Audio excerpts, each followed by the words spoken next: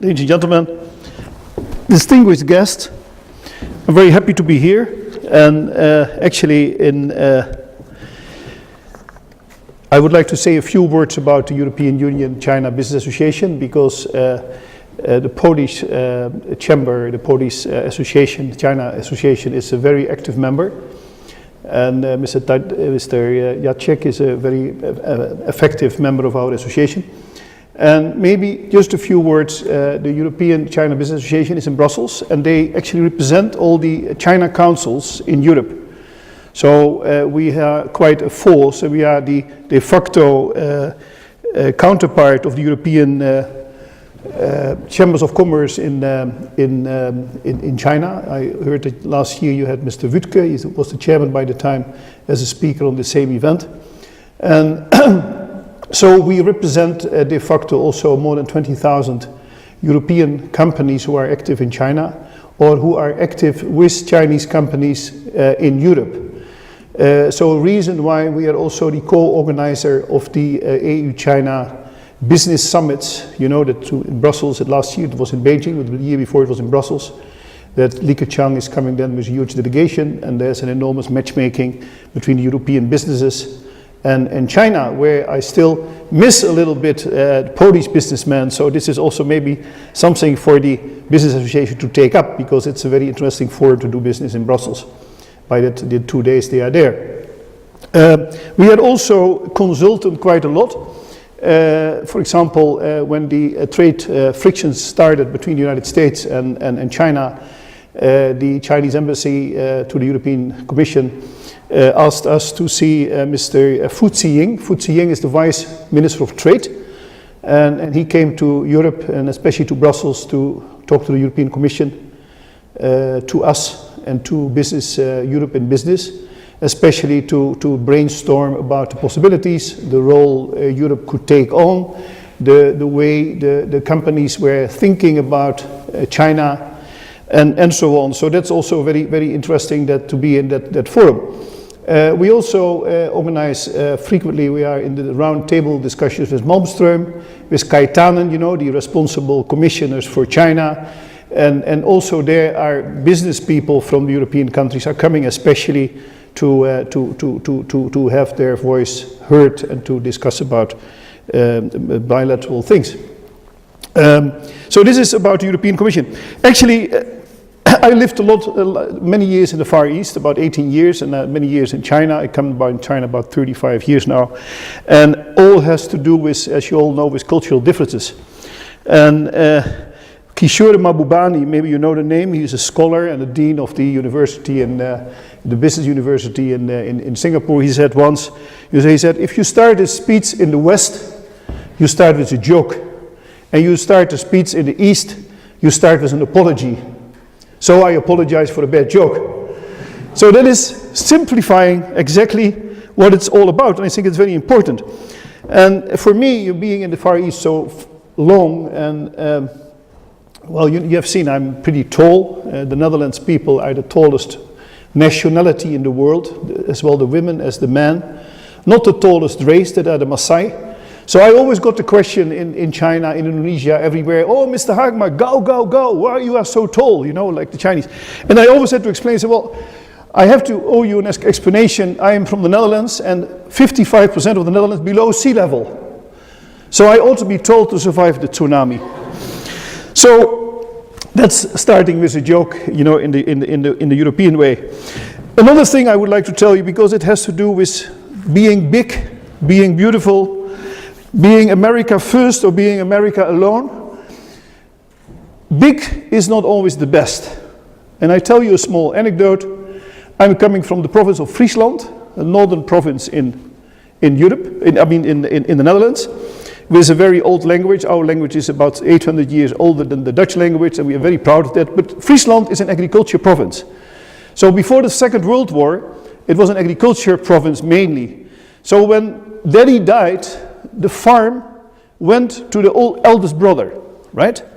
And brother number 2, 3, 4, 5, and 6, they immigrated. So they are in South Africa, they went to Australia, to New Zealand, to Canada, but also many to the United States.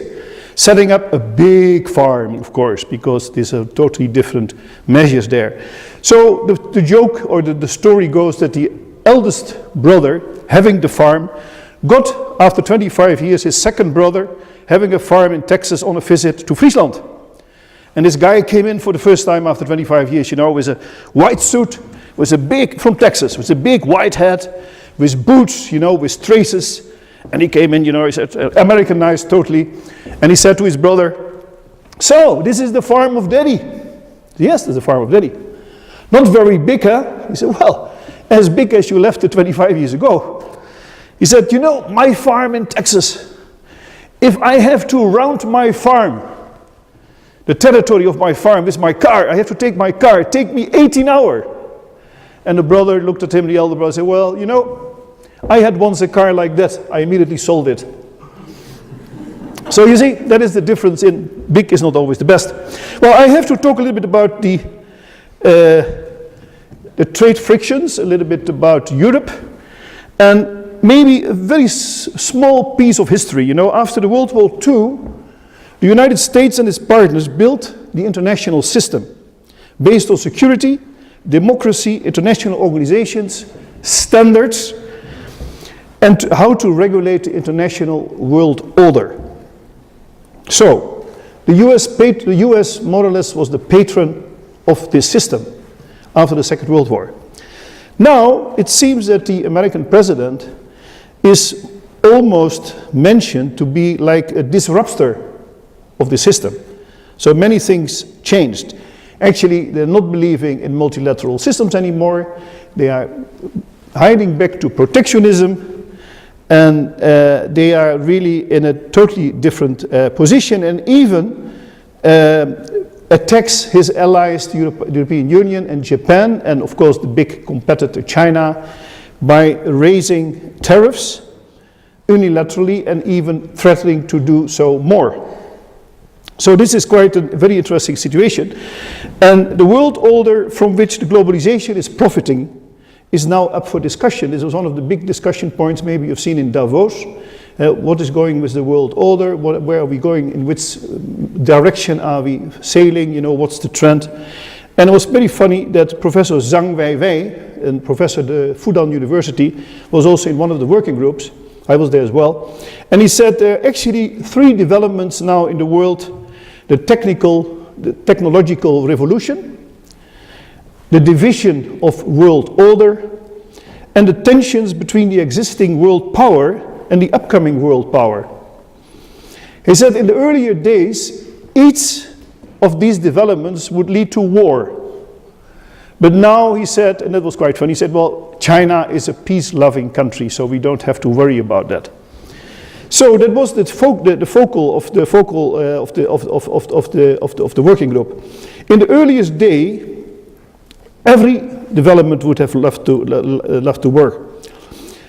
So the conflict actually started when in the 90s, you know, after the opening up of China, you know, Deng Xiaoping, you all know that, you're all China hands, I suppose.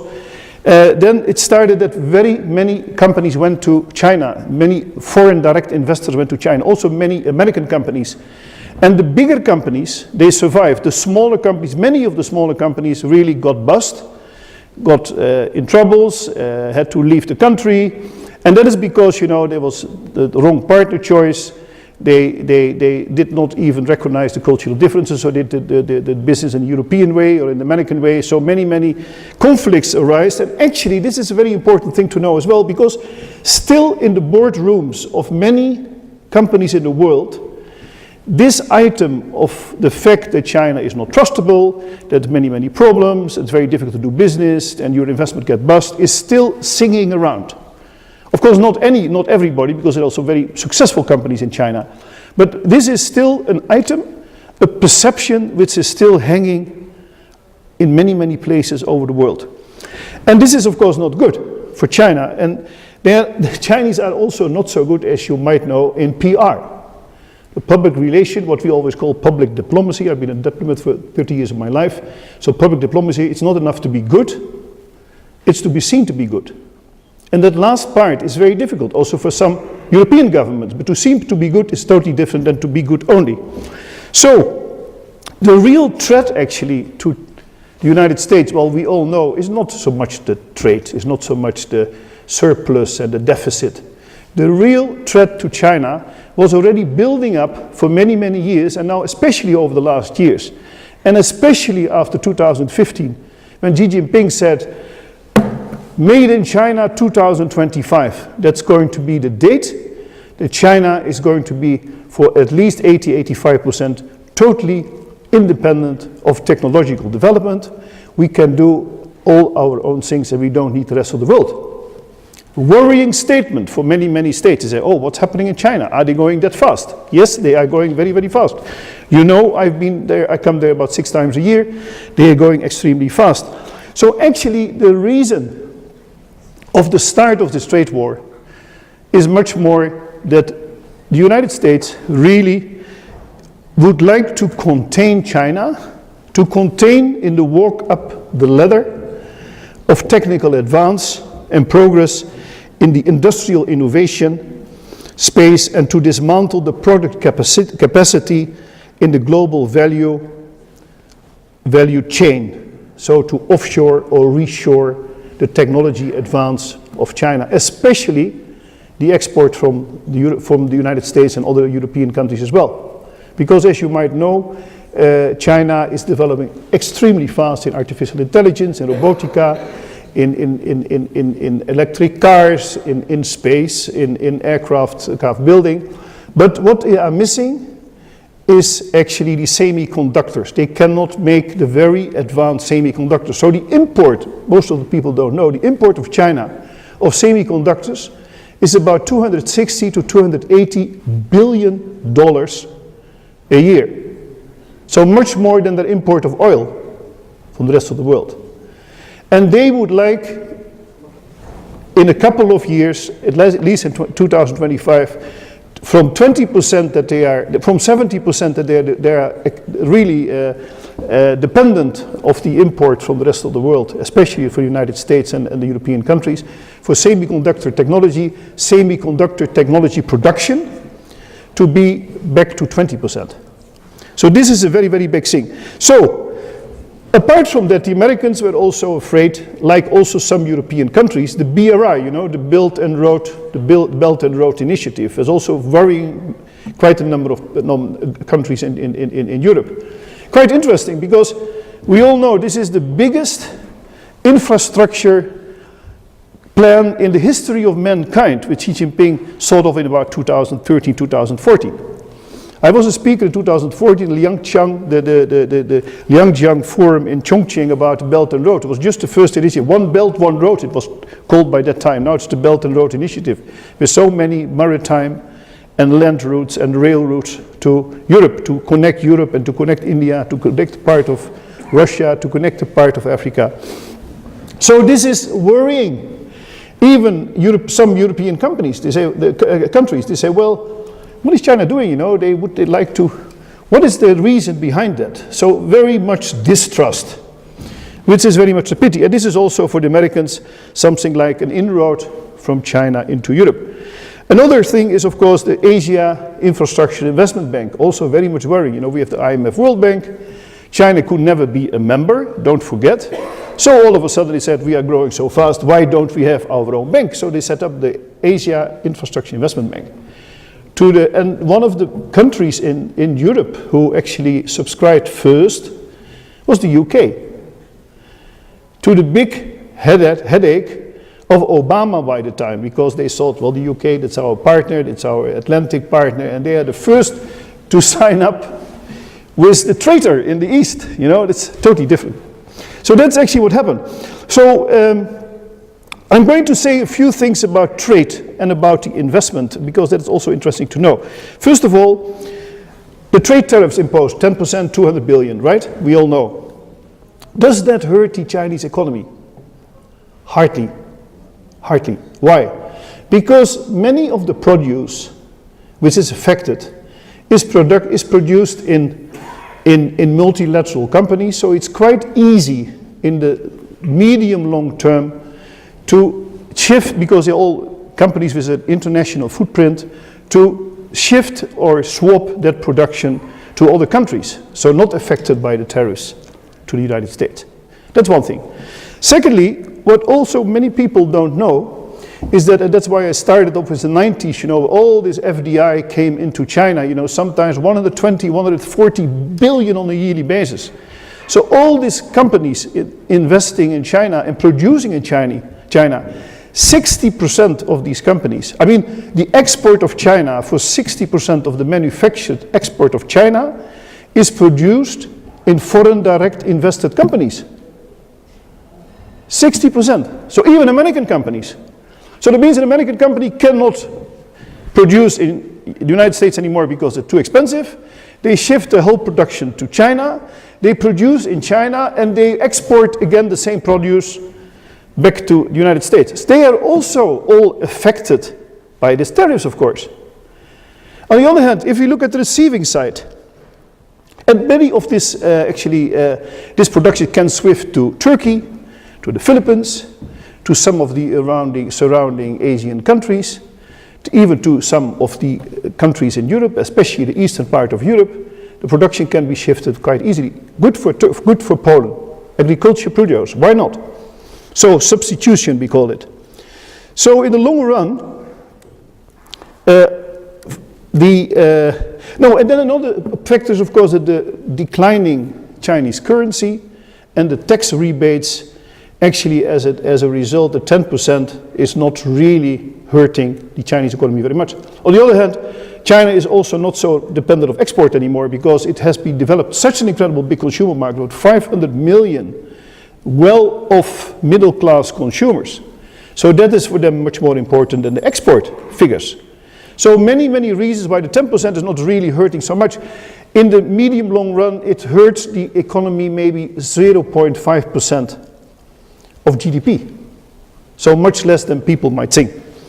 So on the recovering side, you know, on the receiving side, United States, what's happening there? 75% of the export of China to the United States is intermediate products. So that means not direct to consumer products. So that means that American producers import these products, and what do they have to do? They have to pay much more. So who is paying finally the price of this race? Of course, the United States consumers. So in a way, they are also shooting in their own foot with this. Whenever it comes to 25%, then it's a little bit a different story. Whenever it comes to 25%, still all the arguments I had for the 10% are still going on, and they might be much fiercer in outsourcing production to other countries. But whenever this might lead to job losses in China, whenever that might lead to consumer confidence backlash, then the hurting factor is getting to be more to the floor. But all in all, but this is also not the reason for the United States. The real reason is to contain China technologically. That's what it's all about. That's very good to keep in mind. If we look at but you know maybe that Xi Jinping has not announced officially, but there's talk of that he's going to import now from the United States liquid gas more, and he said that most probably he will try to import for $1 trillion up till 2024, with that big amount offsetting totally the deficit all in all. But then the big thing where we are talking about the technology advance stays, because the blockade is really very serious from the United States side. But now about investments. About the EU, the European Union in the last decades invested twice as much in the United States. I just want you to know, how important are these relationships? Trade, we already talked about it. Now, how important are the relations in investment? Well, in investment, the Chinese are investing in Europe, in utilities, in energy, transportation services, chemicals, automotive sector, equipment, components, food processing. But in the United States, their investment is merely in entertainment, in media, in publishing, in consumer products and services, software and IT services, that's one of the things which is very important, metals and minerals. The FDI in China, the foreign direct investment in China, is only 1 to 2% of the total United States investment in the world. So quite minimum. The Chinese investments, who went extremely down over the last year, it plunged last year 84%. The year before it was much bigger, and it's going to plunge much more in 2019, is only about 2 to 3% of total Chinese investments in the world. So I mean, we're not really talking about, we are still talking about quite figures, but I mean, it's not that as sometimes perceived in the press. South Korea and Japan, for example, I mean, China invests for 20 to 25% in China, in South Korea, in Japan, so they're totally different figures. So the complaints now, the United States and the European Union are more or less on one line in market access. Maybe, I'm quite sure that Wutke might have told this last year. We work a lot together with Wutke, but whenever they give out the position paper, we have these round tables in Brussels with Malmström to talk about, all the points noted down on an anonymous basis from product companies and manufacturing companies in China, investors in China, what are their complaints. It's market access, and it is of course forced technology transfer. And of course IPR, intellectual property rights always on the... And there we more or less, as Europe, we are pretty happy because this is something which we are always bringing to the floor as well, that the China should be more open to that. And we have been now negotiating since, I think, 2013 with Europe, about 20 rounds of negotiations, and still for the comprehensive EU-China investment agreement, we didn't come very much further. So we are also, as Europe, a little bit happy that there's always also a little bit push from the United States in this negotiation. So that in a way, that's good. But now, what is and then maybe the Brexit we can maybe talk about later. Brexit is not really a very big thing. The only thing is that it's hampering the European Union in concluding an agreement, because when you conclude an EU-China comprehensive investment agreement, you have to know, is UK in or out? So because of the fact that this is not really clear, we cannot sign anything. And the Chinese are now already a little bit much further in being ready to sign something. But what is the biggest threat to China? Is the permission of the United States by granting them access and acquire companies in the United States. So now what's happening, and most probably you can also read that in all the publications about it, but the United States is now very fiercely setting up a campaign against China. No access to invest in the United States, especially also in the sensitive sectors. The visa for researchers and students getting more and more difficult. Johns Hopkins University just introduced a totally new visa policy to just block researchers or give them a very short visa so they don't know if they can end up with their investigation and the research in Johns Hopkins University.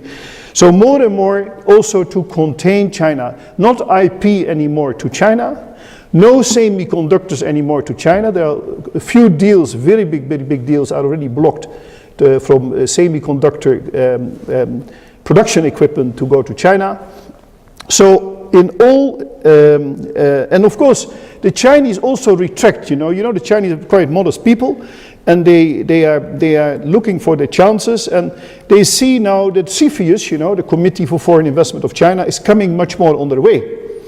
So they don't want to take the risk to try to acquire a company and having a big risk that maybe after 4 or 5 months they are treated as non-compliant with US policy, so they have to cancel the deal. So the Chinese, we see now that they get more self-censored, not to take the stride. So this is a very, very interesting factor. And another thing is that maybe you know that the Chinese, they were always very active in venture capital funds and equity to invest in startups in China, in the United States. That money is also slowly now withdrawing, And that is very much to the detriment of the US researchers, because normally they would invest in the technology. The technology could be rolled out in China, so you have an incredible big test market. And the validation of this technology was normally, when the Chinese were in, was 3 to 4 times the price as a domestic investor would buy for it. So that's also, I mean, for quite a number of people is a negative impact.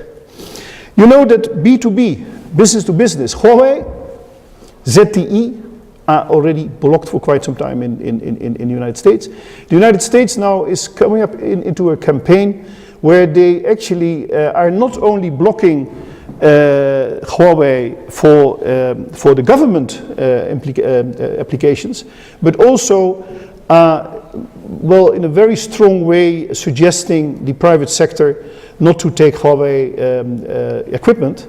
And you know, we are now in the era of the big stride where all the countries in the world, I mean, especially the advanced countries, have to choose now and like to choose, are we going now for 5G or not?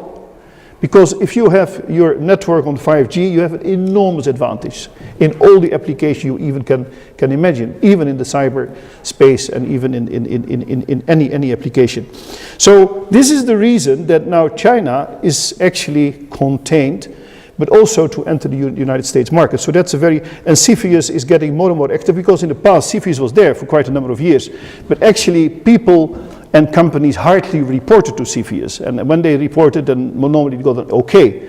But now CFIUS will be much more, go into the market, will have many more resources, and might even retract, you know, investments done before. So it's really a very well, discouraging time for especially for Huawei. This is not only going to the IT field, it will also be, I mean, in the line of fire, the observer thing is also technology, healthcare, and financial services. Because everything has to do with personal data of people. And that's where they don't want the Chinese have their finger in. There is even, while we speak, an executive order now in the United States, an presidential executive order to lure, to sort of forbid even private companies to take on Huawei equipment. So this is quite something. It's really happening in a big way. Okay, I was telling you that the PR of China was not always that good. As long as I follow China, this is about 30 years now, and I don't know if that's with you, but the publications about China have normally a negative connotation in the media in the West, right? Is that the same conclusion as you have? You hardly read something positive about China. One way or the other, there is a sort of, even Hong Kong. I was 5 years in Hong Kong. Hong Kong was not, the journalists were not in the mood to really write positive about Hong Kong. So now the coverage came out very recently of the figures, the growth rates in China. Maybe you've seen it. The growth rate, actually the State Council thought it was going to be 6.5% in the beginning of 2018. Now the last quarter of 2018 was 6.4%. And so in the whole year, the growth rate was 6.6%. So pretty close to what the State Council. And all the observers in the world knew, because it was publicly in the beginning. And now all the observers say, this is amazing. This is much worse than we thought. It's not true. I mean, this was already predicted a long time ago. And don't forget, for a country who has been growing so fast in so many years for 10% and more, I mean, if your economy gets more advanced and more sophisticated, then normally the normal trend is that your growth figures go down. Look at Europe. What will it be this year? 1.3, 1.5, 1.7, maybe 2%? So this is quite interesting to, I was quite shocked again to see, you know, how the publications were about it. If we look at China, I mean, just another figure maybe is interesting. The contribution of China to world growth, the GDP of the world, let's say, in 2008 was 3%. Then quite fast it went to 25%. Over the last decade it's more than 25%. So that means every quarter of a dollar which is spent is the growth of China. Significant is the parallel is the growth of China. So, additional growth. Over the past 10 years, China's share has remained constant, although the China annual growth went from 10 to 6%, 10 to 6.6%. So that means that this is just a very, very big economy without anything to say. Well, I promise you to say a few words also over about the position of Europe. How can Europe make use, or whatever, what is it for Europe? Well, the very many EU agriculture exports and consumer products exported to China, who previously sourced from the United States, can now go to China. So that means, for example, we have made a calculation that if the EU, the European Union manufacturers of, for example, semiconductors, automakers plus 25%, chemicals plus 70%, machinery and aircraft, spacecraft components plus 66%, Airbus versus Boeing. It seems that we will win as Europe about $32 billion in substitute of exports originally sourced from the United States to China. But also the substitute, of course, from the trade from China to the United States. We can also substitute that for a big part from the Netherlands. And that is the figure for that is about 70 billion. So Europe, in a short term, will gain about a little bit more than $100 billion on this trade war. And US is still today bigger for European companies. What really matters, because European companies, they look at their P&L, so that's why the figure to China is 70 billion and 32 billion to China. As a conclusion, the potential export gains for Europe, based on the companies, are larger in the United States than the trading with China. So the EU exporters benefit more from the US sanctions on China than from China's retaliation. That's also quite an interesting figure. These gains will, however, be wiped out if the US imposes tariffs on Europe as well. And also, when China would accept the US demands in raising the export to China, which is now under discussion, that will be then the European exporters and will be severely affected. Can you imagine if now all of a sudden $1 trillion is imported from the United States to 2024? That will really be also very bad for European exporters, because it will affect them directly.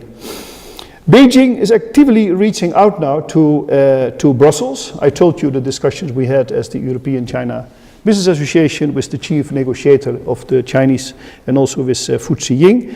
They are aiming now to start negotiations on the EU-China investment agreement, but also the trade agreement.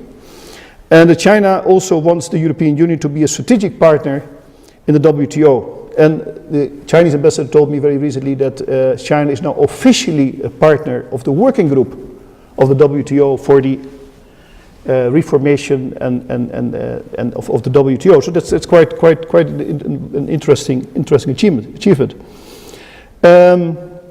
So the EU, the European Union, is now in a position to define the red lines, which technology and which acquisitions the Chinese can do in Europe, because they have a little bit a better position now because of the trade war. So we actually would be able to gain, from that. So the European Commission should create now an opportunity for Europe to put more pressure on Beijing to a more clearly set of rules of engagement with Beijing and improved market access and reciprocity, which is already in the card for a long time. You know that Japan, the United States and the European Union form a united front against forced technology transfer. The objection that China needs to open its market to more sectors and better protect IP, create level playing field without favoring Chinese companies with unfair subsidies, etc. China is already making concessions and accepts some of the EU long-standing requests on China to move further in their economic cooperation. So it's quite interesting to see that even over the last time, for example, there's always misinterpreted in the press because the media very often gives, well, fake news, let's put it like that. Because already now, one of the complaints is that the financial sector was closed for foreign investors. The financial sector now is for more than 50%, you can go into the financial sector as a foreign direct investor. Automotive sector, exactly the same, was always closed for a higher percentage. Now for more than 50%, China released that already. So there's really something moving on that side. And then the forced technology transfer and better protection of IP. There have been more statements, also from the State Council over the last couple of weeks even, that China is working on that very, very fiercely. So Gao Feng, you know, the minister, said that innovation, not reciprocity is the game changer. Well, anyhow, what is this in for Poland? I think that Poland has agriculture produce. So, according to what I said before, I think that it could be a good opportunity for Poland to be more active in exporting agriculture goods to China. I think Poland, if I see to their produce portfolio, they can be more active in the e-commerce. I've been in discussions already for a long time with Bright Food, which is a very, very big food processing food company in China. Lianhua supermarkets also part of them. And they said there are only 2% of European products on the shelf space. And we definitely, this is already 2 years ago, we would like to go to 20 to 25% of European produce on the shelves in this big supermarket chain. So there is an enormous opportunity, and also in e-commerce. You know, Alibaba is very active, but there are also other sites where you can directly go to the Chinese consumer with your products. I think that Poland could be maybe also much more active in that. Automotive parts. You have automotive parts production in Poland. This is also going to be very much in demand in China because their auto production is huge. It's the biggest auto producer in the world and the biggest exporter of cars in the world as well. And then I think that the nuclear energy technology for power plants is also quite developed in Poland. So I should think there should be an opportunity as well.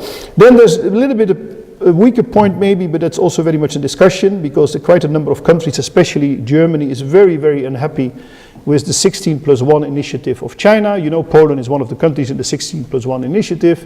They think they're going to have a wick into to Europe. I don't think that's the case actually, but in any case, Poland is one of these countries. I could imagine whenever it would revive a little bit, or would be more politically better sort of played, that they could also gain from that role as well. So, Sun Tzu, the famous general, of course you know, wrote the book The Art of War in the 5th century before Christ. He said once, the art of war, he said, know your victory, know the enemy and know yourself. Your victory will be painless. And there's another thing which I would like to share with you, which I believe, and I've seen in so many instances that this works, and especially when the financial crisis started in 2008, there's a very beautiful proverb in China, it's a Wei Ji, and Wei Ji is crisis, is the 2 characters for crisis, which means threat and opportunity. The Chinese always see opportunities, and I'm totally convinced that they will also find a good opportunity to trade this well with the European Union. And well, we have a 40 years very, very good relationship. In 15 consecutive years, Europe was the biggest trade partner from China, already 15 years. The Netherlands actually the second biggest because all the goods go to Rotterdam. I'm very happy with that in the Netherlands. And Confucius said, a man of 40 has no doubts. So after a journey of over 40 years, the Chinese-European relationship, I think, have become more mature. Thank you.